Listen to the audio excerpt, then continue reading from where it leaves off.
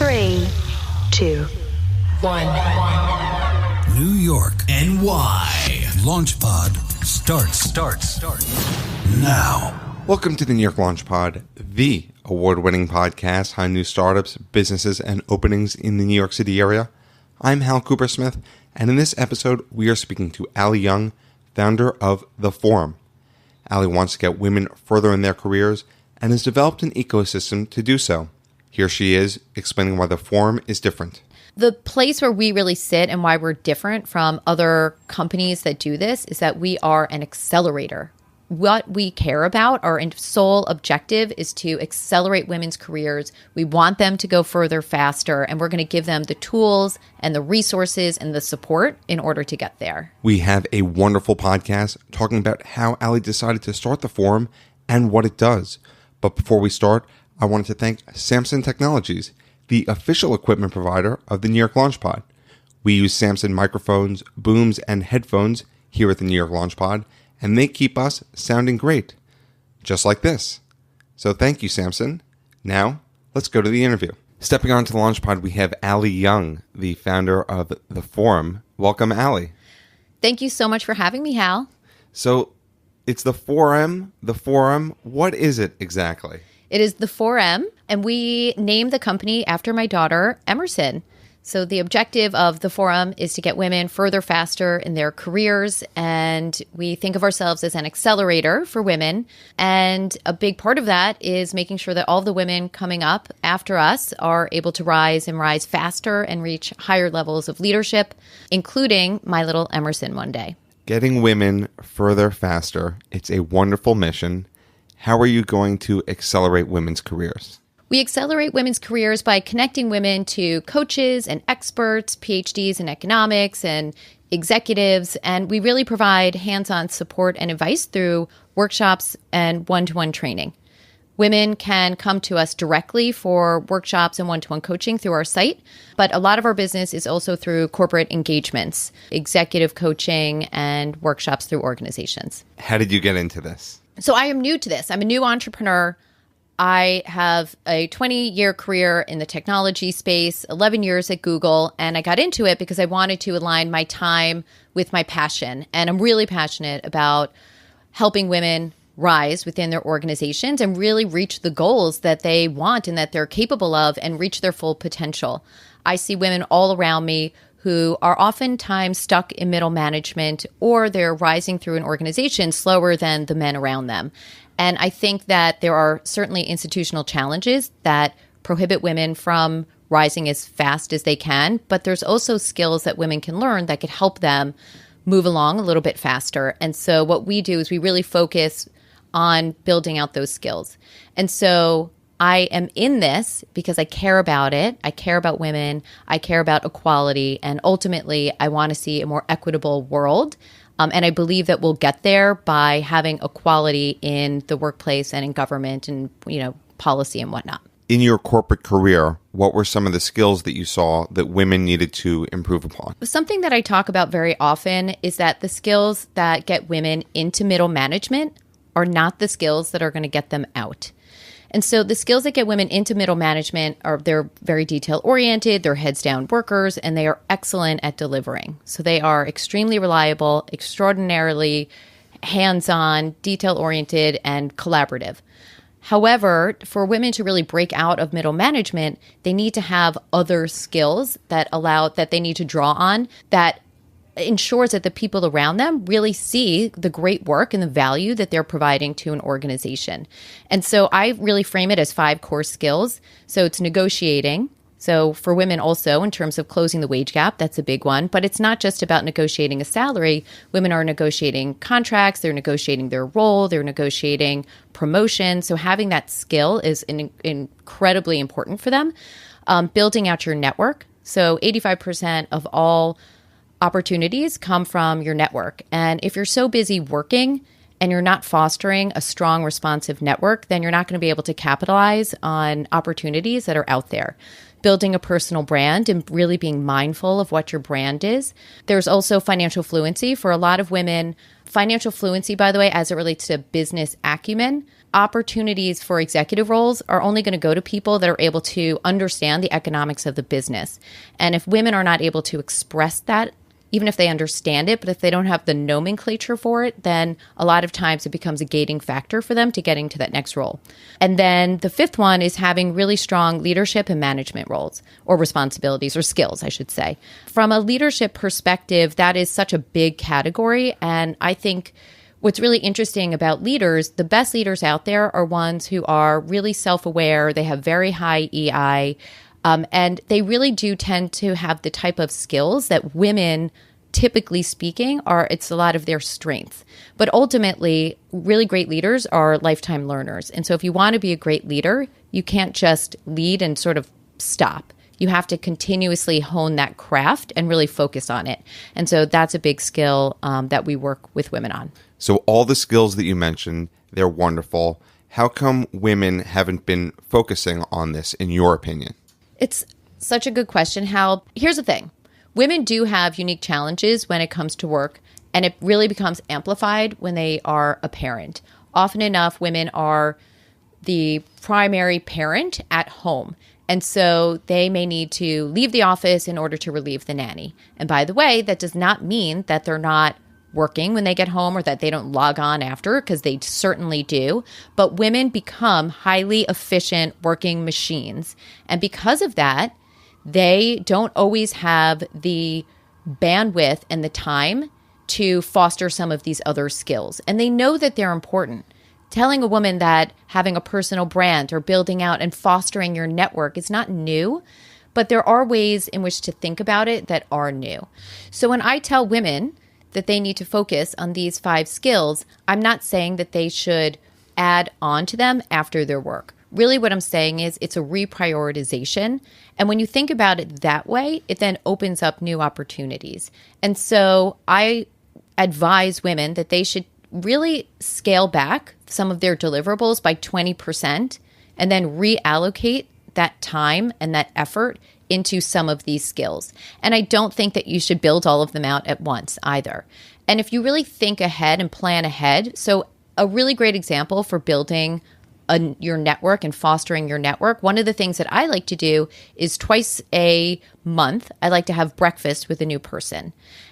Or somebody that's in my network who I really haven't seen in a while and I want to catch up with them.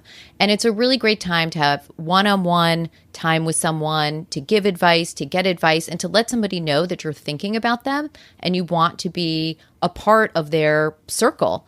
And often enough, later on, when you need that person, they are there for you. And so for working mothers, that is something often enough that is doable for them, but you just have to plan it out and know that twice a month at 8:30 or 8 a.m., you'll be at breakfast with somebody. And I think when you really think about it that way and you're intentional about some of these things and a little bit methodical, then the stress of it goes away. So what is the target of the Forem? Is it for women who are having children and are in that phase of their career? Because some of the skills that you mentioned, like negotiation and networking, are probably applicable throughout all of women's careers. And certainly there's a strong emphasis at the beginning of their careers, I imagine. Yes. So I break down our target into 2 different targets, or our women into 2 different targets. And that's how I really focus on them. And that's how we like to customize our offering to them. So younger women who are just starting out, it is great for them to learn certain frameworks and skill sets. The negotiating one is incredibly important for them as they're younger. And of course, that becomes a compounding asset for them over the course of their entire career. So there are benefits for their entire lifetime when they start earning more earlier. But I don't think that a woman who is just starting out, she may not need to learn that financial fluency and acumen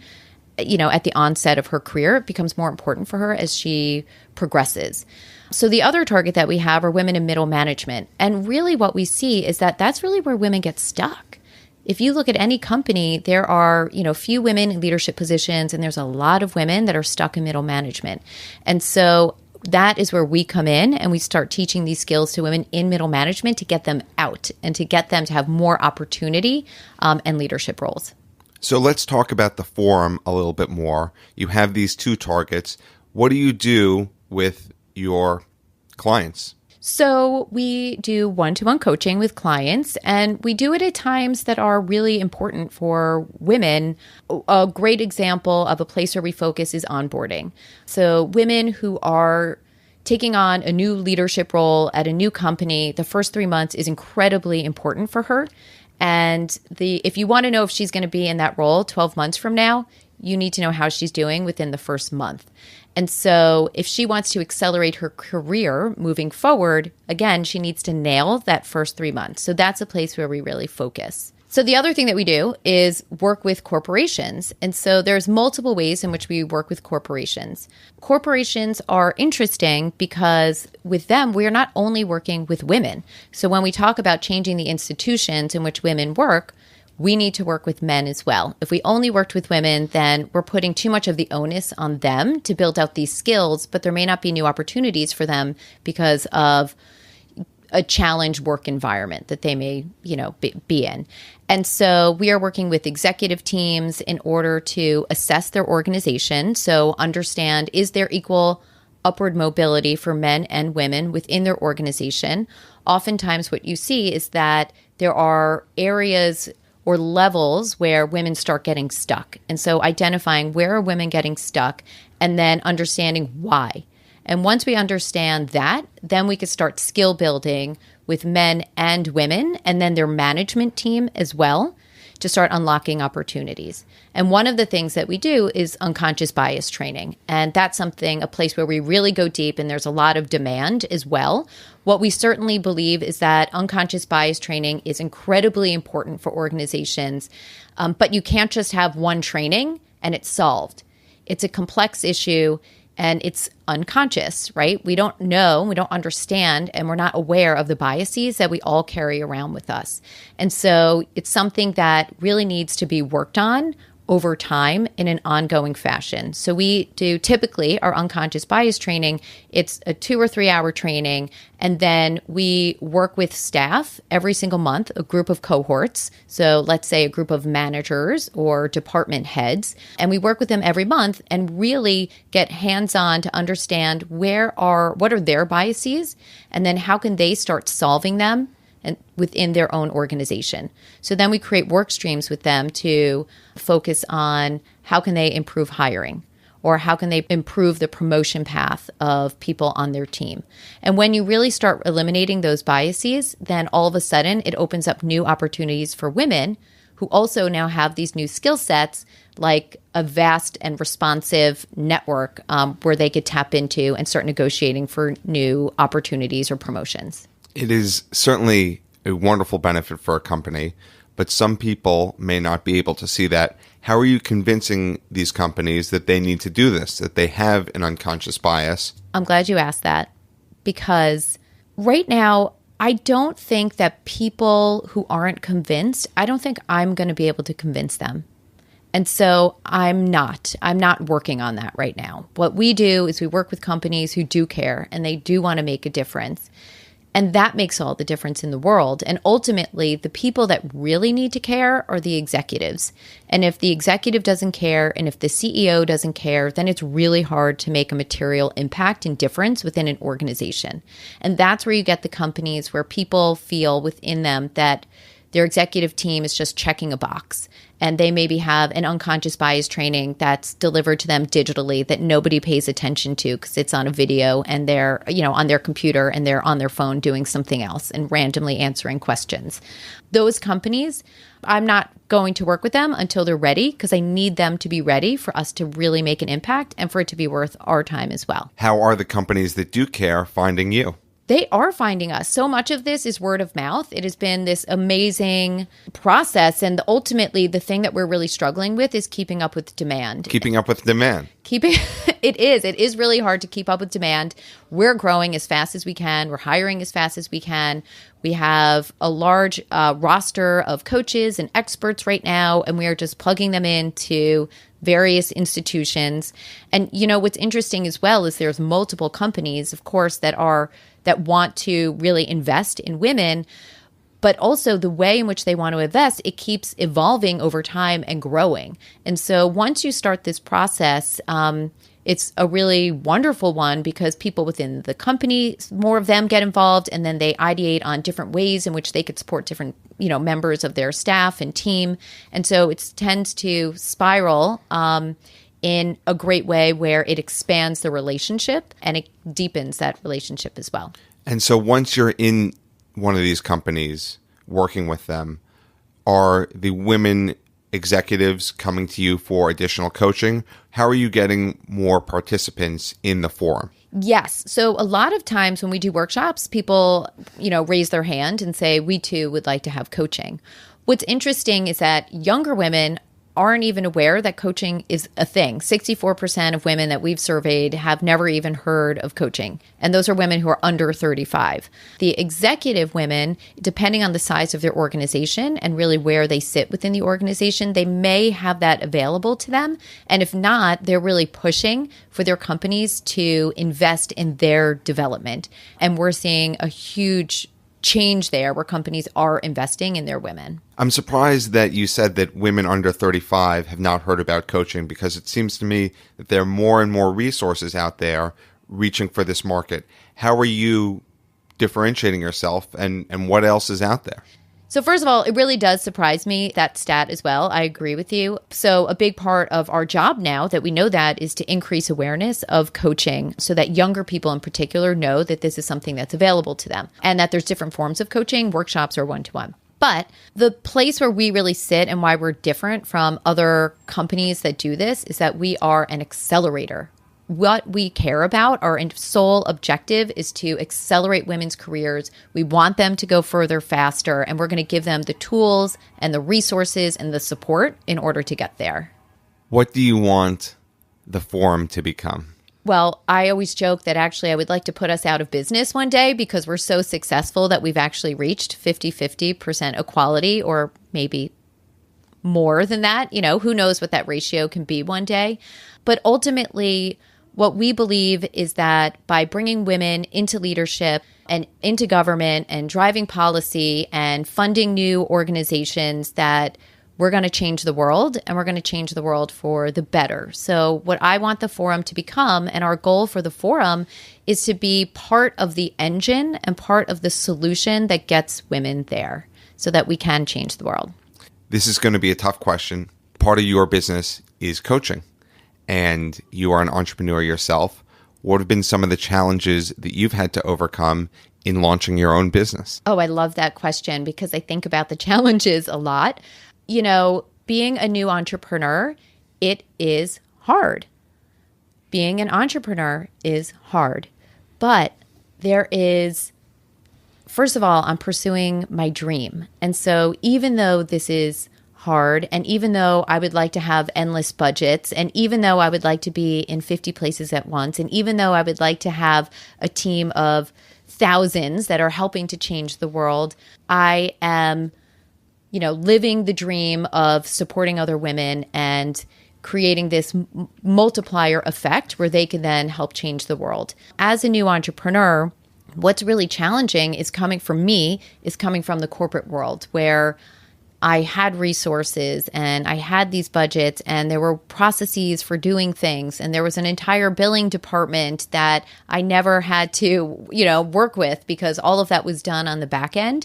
And so we're, in the process of building out a lot of those things and bringing in those resources. But for a new company, it's still a long way to become a Google where, they do have those types of resources. So, and free snacks. Yeah, I mean, maybe that should be the goal, is free snacks and lunch and like endless hint water.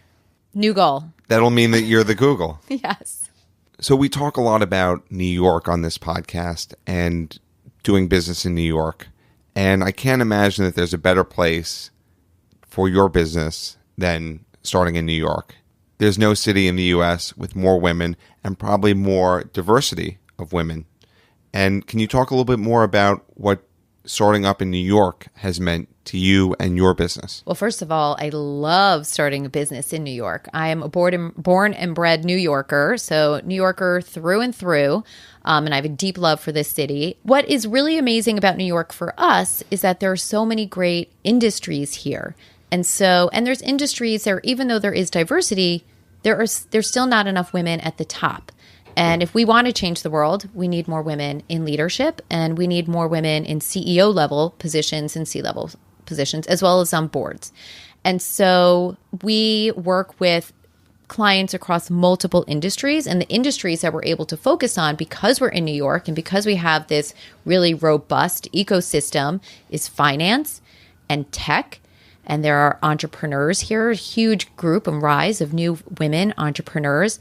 There's media, there's advertising agencies, and music. I mean, there are so many different types of engagements that we can have, and different types of women that we can support. And so that for us is really exciting. Have you seen any differences between any of the industries, or are all these industries encountering a lot of the same problems? Every industry has this problem. They have different flavors of it, and some have more entrenched challenges than others. And I would also say that there are some industries that are trying harder to change. And so they may know that there are challenges and they don't always know how to solve them. Actually, they don't know how to solve them, but they really do want to make a difference. And there are others that are just checking the box in some way, shape, or form. And so, that's kind of the way it is, but we want to work with all of those different industries. And we're actually we're launching in LA. So we're working on that now. And what's interesting about LA is, of course, it's very focused on entertainment, although there's a lot of other sub-industries. Within satellite offices, they don't have the types of learning and development budgets or support and resources for career development that you would have at the main office within headquarters. And so in LA, that's something that we're seeing. So there is a high demand for us to come out to LA, and we're going to do it. And we're figuring out what that plan is so that we could provide workshops and coaching in person there and really, start working with organizations in a much bigger way. They have different challenges in Los Angeles. And one of the big challenges, too, is just a lack of resources because they're part of these satellite offices. What about in New York? Are there more difficult industries? What's an example of one or two or three? I think I'm actually not going to answer that. I don't want to judge on the podcast. You don't want to call out an industry. I really don't want to call out an industry. We want to work with all industries, and I want to provide the right solutions to all industries. That is a very political answer, and I certainly appreciate that. And it is a wonderful note to end this podcast on. How do people find out more about you and the Forem? Yes, they should come to our website. So the Forem, so it's spelled FOREM.co. .co. And on our website, we have workshops that you could sign up for. We are launching digital websites. Coaching is done anywhere. So we could come into any company anywhere. We can work with coaching through video chats and the phone. I mean, that is a very real way, an effective way of coaching people. And the other thing is we would like for people to follow us on Instagram, or the gram, as they say, at theforem.co, FOREM.co. That's what the kids are calling it. That's what the kids are. Yeah, exactly. That's what the kids are calling it. Maybe the Emerson. Well, Alli Young, you have a wonderful mission. We certainly hope that you accomplish it. Thank you for stepping onto the New York Launch Pod and sharing your time with us. Thank you so much, Hal, for having me. And if you want to learn more about the New York Launch Pod, you can follow us on social media at NYLaunchPod or visit nylaunchpod.com for transcripts of every episode, including this one. And if you are a super fan, please leave a review on iTunes and Apple Podcasts. It is greatly appreciated and does help people discover the show. Thank you for listening to this episode of the New York Launch Pod. For more information, please visit nylaunchpod.com.